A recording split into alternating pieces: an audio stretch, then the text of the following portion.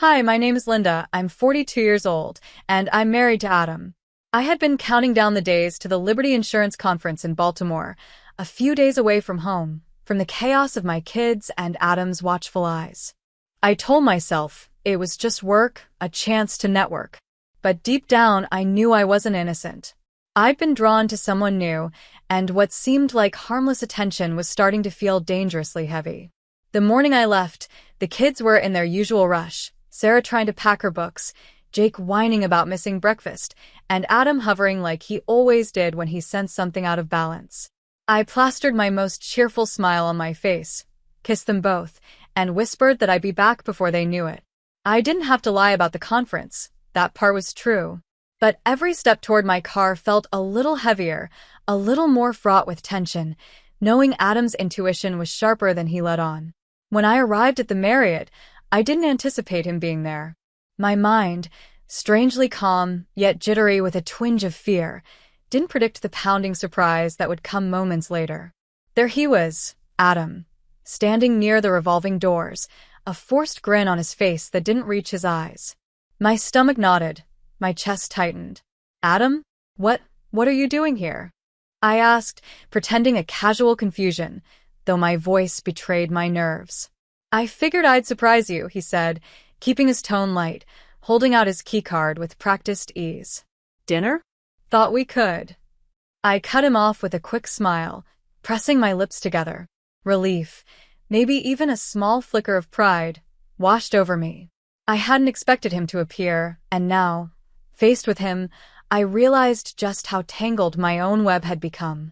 I was caught in the throes of an internal game, trying to appear professional and composed, even as the storm behind my eyes raged. I led him into my room, keeping my distance, brushing my hair over my shoulder like I hadn't been thinking about him at all, like I hadn't been replaying the moments I shared with Tom over the past weeks. The small desk was stacked with paperwork, all carefully arranged to maintain the illusion of diligence. I smiled faintly, telling myself it was only my imagination that made him so tense.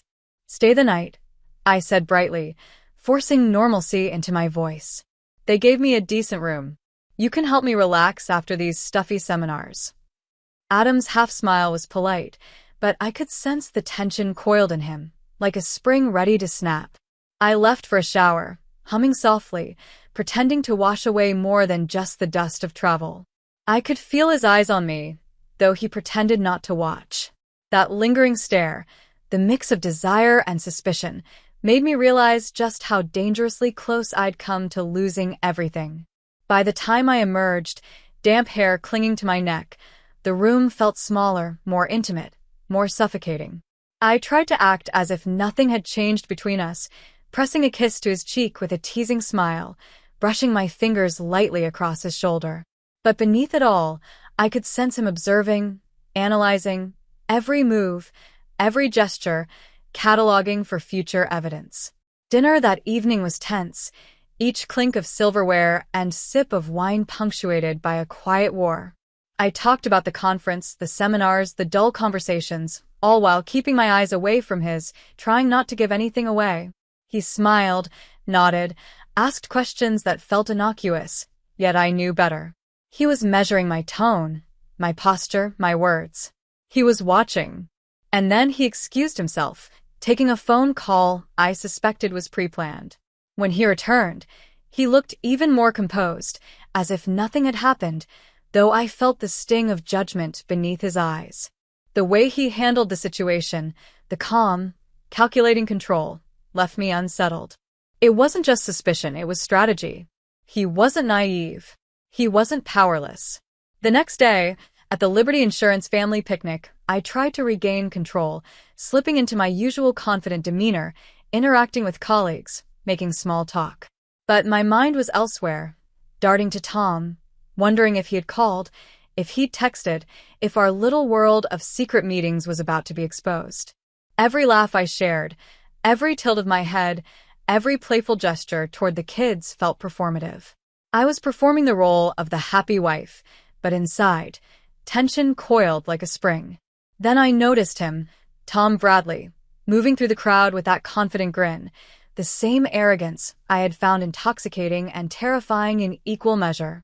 The weight of guilt pressed against my ribs, and I realized that Adam might not even need proof.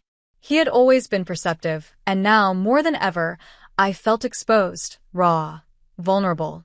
Later, when I saw him talking to Janet, the unassuming poise she carried, I felt a pang of fear. She wasn't just a colleague's wife. She was a barrier, an unknown quantity who could see through the deception. I caught glimpses of Adam's face when he recognized her. There was a quiet intensity there, a simmering fury I couldn't yet interpret. Back at the hotel room, I found myself replaying every conversation, every casual touch, every laugh, every opportunity I'd had to be discovered. My stomach twisted at the thought of what Adam might already know. The idea of him orchestrating some quiet, private revenge, something I might not even notice until it was too late, sent shivers down my spine. By evening, I tried to maintain composure, telling myself it was all in my imagination, that Adam was just concerned, maybe overreacting.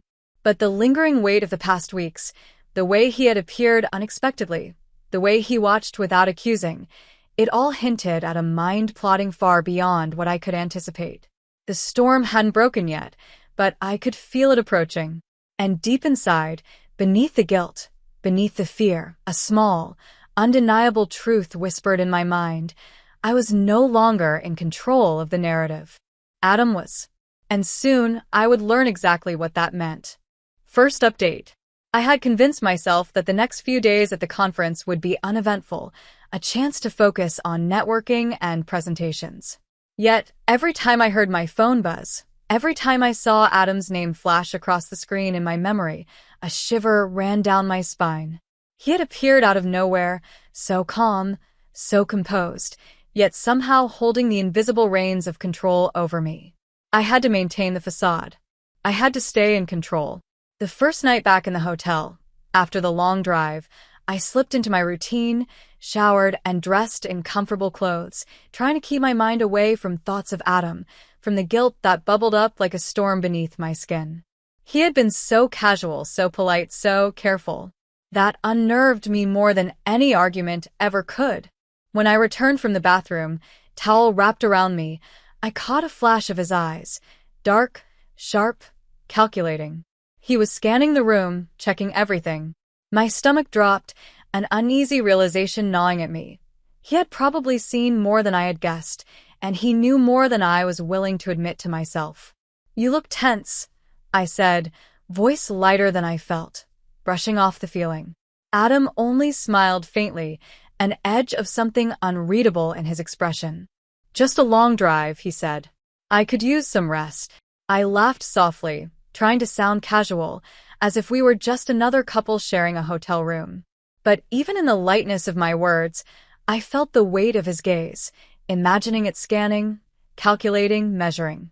That night, after pretending to settle into a comfortable calm, I went through my bag, my hand brushing over the small, inconspicuous pack tucked inside, a pack of condoms I kept hidden after my recent encounters with Tom. My pulse quickened, but I told myself it was just routine. No one had to know. No one except Adam, perhaps, if he chose to investigate. My stomach twisted when I realized I had left no way to hide the evidence if he searched. And I knew he would. He had been the kind of man to notice details I thought were invisible. Every subtle shift, every gesture, every casual remark was probably catalogued in that quiet, observant mind of his. He was meticulous, patient, and intelligent. My heart pounded as I imagined him finding out what he might do if he did. The next day, the conference dragged on. Every seminar, every handshake, every polite conversation with colleagues felt like a cage closing tighter around me. I had to appear professional, charming, engaged. But my thoughts kept drifting to Adam, to the hotel room, to the way he had seemed to anticipate everything without raising a single alarm. By the evening, I had a brief window to myself. I slipped out of the seminar hall pretending to check emails, but really just to clear my head. I had been careless with Tom over the past weeks, and now the nagging fear that Adam knew more than I expected began to take hold. When I returned to the room, Adam was already there, sitting calmly on the edge of the bed, eyes scanning the city skyline through the hotel window. His presence was unnerving, calm, quiet, deliberate. He didn't ask about the conference. He didn't confront me. He didn't raise his voice. That was worse than any accusation I could have imagined. "Long day?" I asked, trying to sound casual, keeping my tone light, fragile. He nodded, not looking at me directly. "Yeah." "Figured we could have dinner later," he said. His voice was even, measured, but beneath it I sensed something cold, something that made my pulse spike. I tried to maintain my composure, telling myself it was just dinner, just a routine, just a chance to pretend normalcy. But deep down, I realized I had left myself exposed. My small, hidden pack of condoms, the secret rendezvous with Tom, everything was a ticking time bomb. Adam didn't need words to convey the storm brewing beneath his calm exterior. Later, in the hotel restaurant, I noticed subtle shifts in his behavior. He was polite, attentive, charming to the staff, and yet there was an intensity in his gaze whenever I laughed, whenever I gestured too freely. He was watching, always watching. And I realized with a sudden jolt that his revenge had probably begun quietly, methodically. He didn't need confrontation to hurt me. He needed observation, patience, and strategy. The drive back to the hotel room that night was silent. I felt the tension coiling tighter around my chest with every turn of the wheel, every passing street lamp, every subtle glance Adam threw my way. My mind raced with possibilities. Had he searched my bag? Did he know about the condoms, about Tom, about every careful lie I had constructed? The fear of exposure mixed with the shame of my betrayal in a way that made my stomach twist into knots. When we returned to the room, I tried to relax, tried to appear nonchalant, but everything felt sharp, too real. Adam's calm demeanor, his measured words, the quiet intelligence in his eyes. It was like walking on a wire stretched thin across a dark abyss. One misstep, one casual slip, and everything could unravel. Later, after pretending to unwind, I excused myself to freshen up. I left Adam sitting on the bed, pretending to read a magazine he hadn't touched. When I returned, he was quiet, calm, almost serene, but the faintest smirk tugged at his lips, subtle and terrifying. I could sense that he had discovered something, maybe my hidden pack, maybe more, but he didn't accuse. Not yet.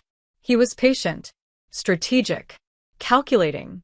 That night, as I lay awake, I realized the power dynamic had shifted completely.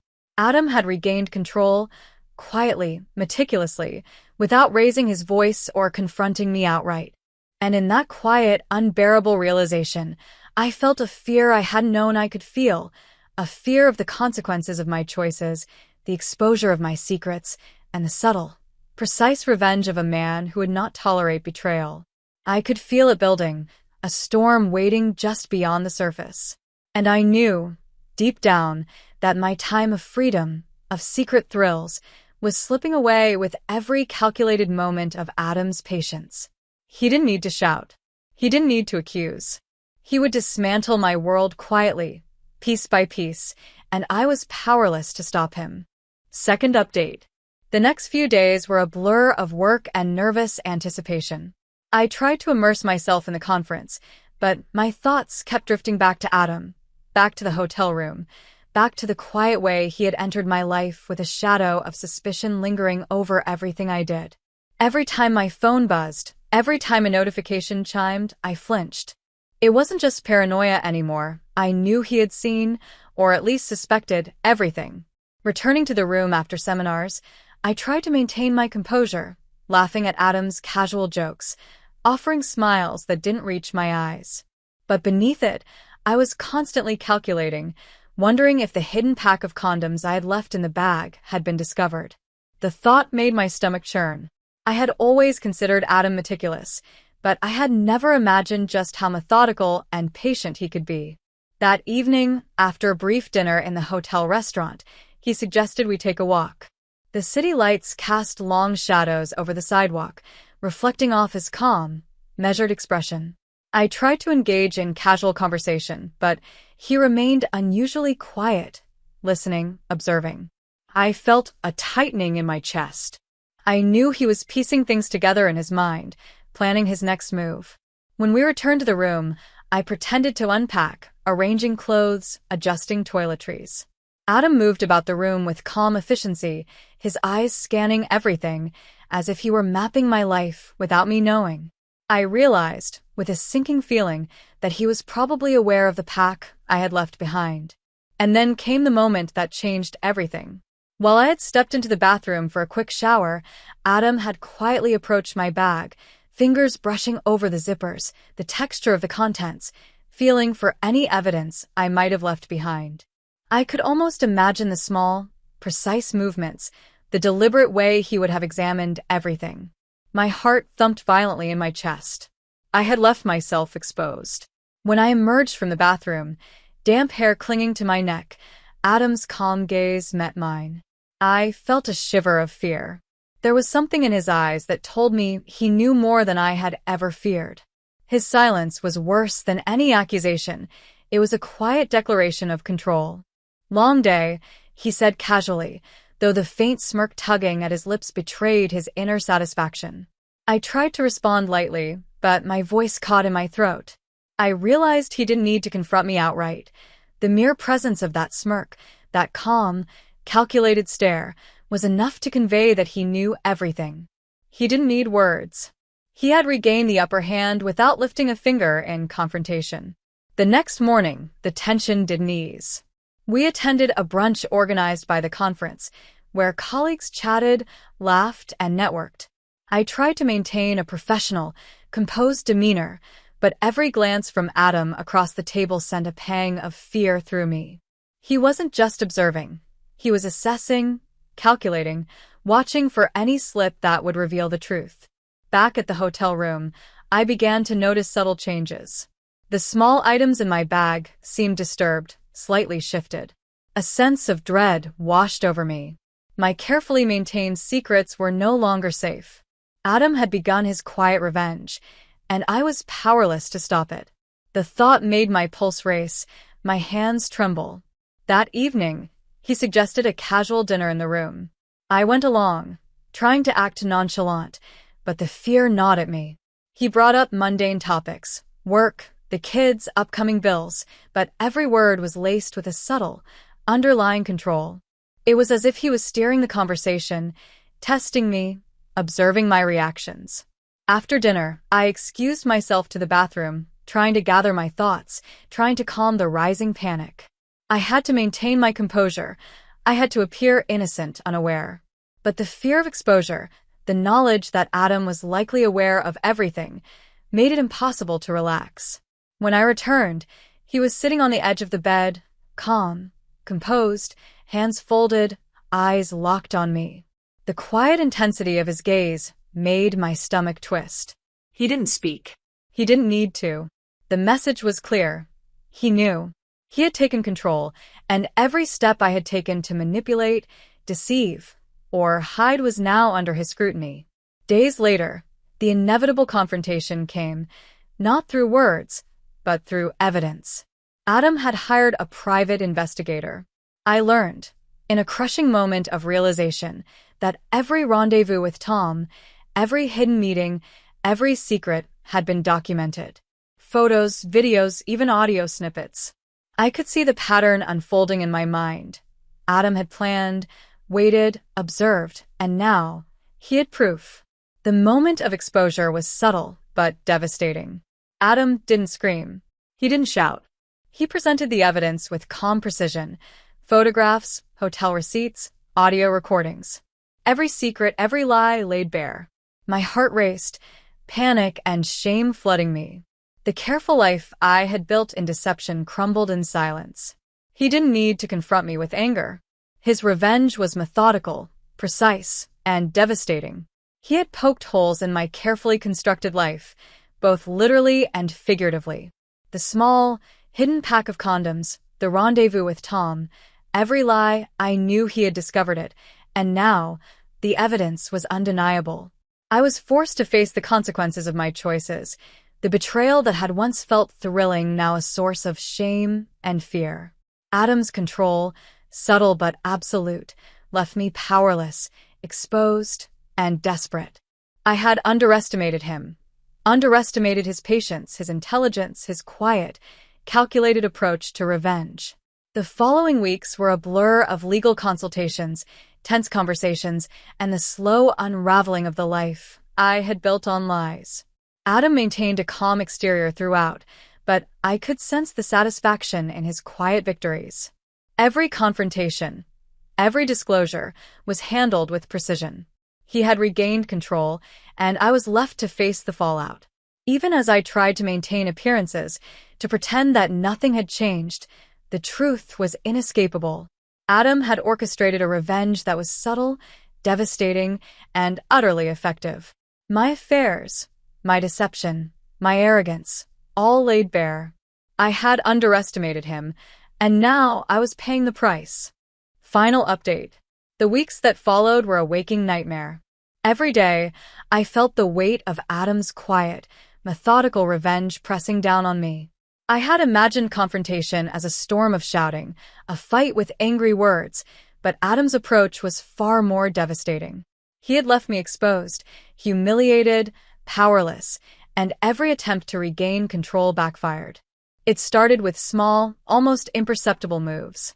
I returned home after a long day of work at Liberty Insurance, trying to act normal, but the house felt different. My belongings had been shifted, subtle but calculated changes that screamed Adam's presence. And then came the final bombshell, the documents, the proof of my betrayal, the photographs, and the audio recordings. They weren't just in his hands, they were ready to be presented to anyone who needed evidence. I remember the exact moment he handed them to me, sliding the folder across the kitchen table with a calm, unyielding gaze. My hands shook as I picked up the folder, flipping through the evidence. Hotel receipts, photos of me with Tom, even video snippets. Every secret, every lie, every moment of betrayal captured with chilling precision. I had thought I was clever, careful, untouchable. I had been wrong. "You need to sign these," Adam said softly, pushing the divorce papers toward me. His voice was calm, ice-cold in its resolve. "Or I will. And everything will be filed. No compromises." I stared at him, my mind racing, panic and shame mixing with a simmering rage. "You can't do this. It's insane," I stammered. My voice cracked under the pressure of realizing how thoroughly I had been outmaneuvered. Adam didn't flinch. He simply waited, letting the weight of inevitability settle over me. I could feel the years of arrogance, the thrill of deception, drain out of me in that silence. I had underestimated him. I had assumed my affair, my carefully constructed double life, could never be undone. I had been wrong. By the time I signed the papers, I felt hollow. The house I had once called a home, the life I had manipulated and controlled, was slipping away. Adam had regained everything he had lost, quietly, efficiently, and with a precision that left me powerless. My career at Liberty Insurance took a hit as well. News of the affair spread, tarnishing my professional reputation. Tom faced similar consequences, his career stalled, his credibility destroyed. The glamorous affair that had felt so thrilling was now a public humiliation. And then came the personal consequences. Adam had ensured that our children, Sarah and Jake, were protected from the chaos I had created. Custody arrangements were firm but fair.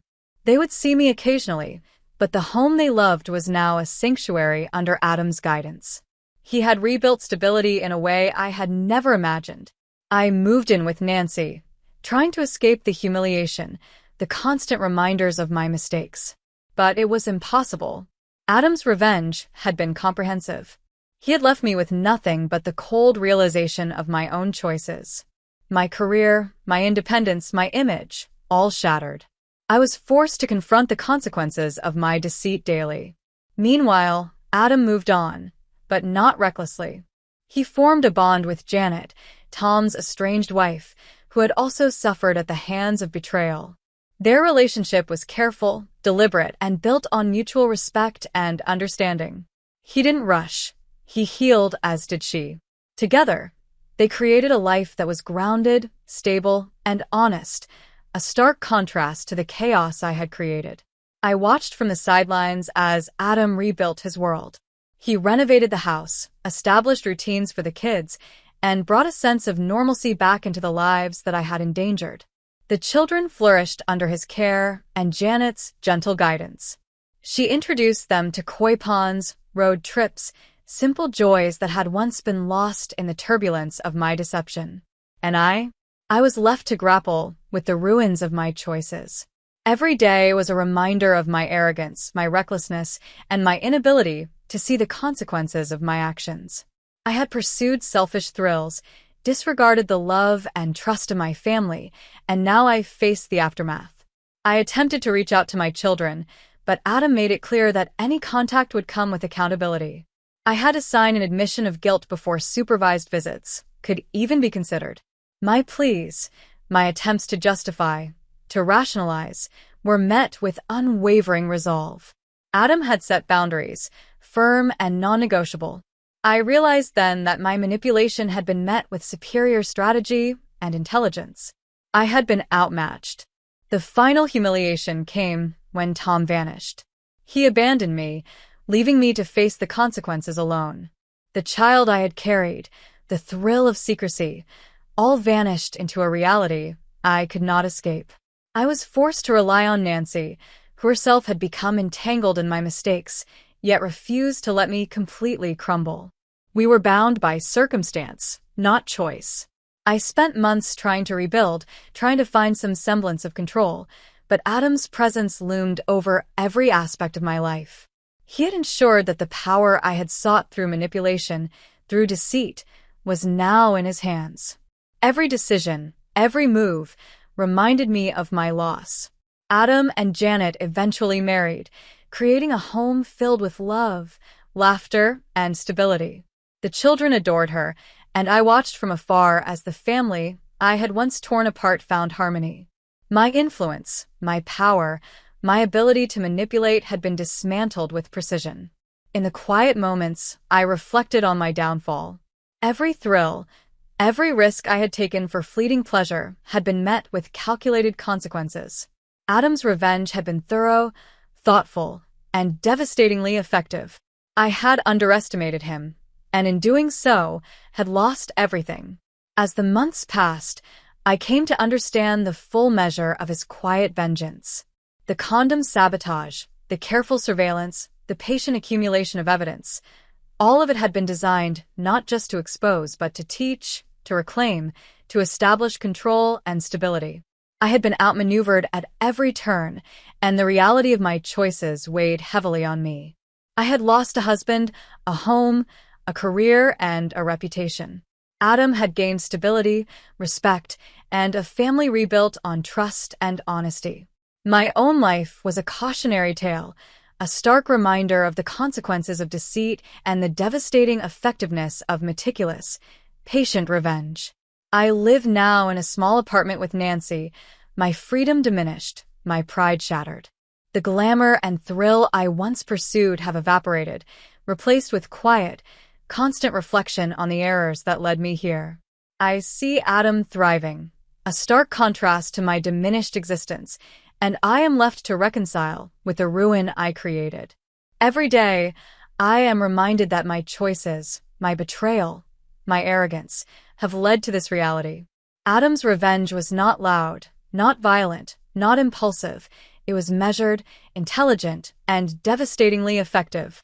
He reclaimed his life, his children, and his dignity, while I am left to face the stark consequences of my own actions. And in that reflection, I realized that the life I once thought I controlled was never mine to manipulate. I had been outsmarted, outmaneuvered, and finally exposed. The thrill of deception, the arrogance of infidelity, the illusion of control, all shattered under the quiet, relentless precision of Adam's revenge.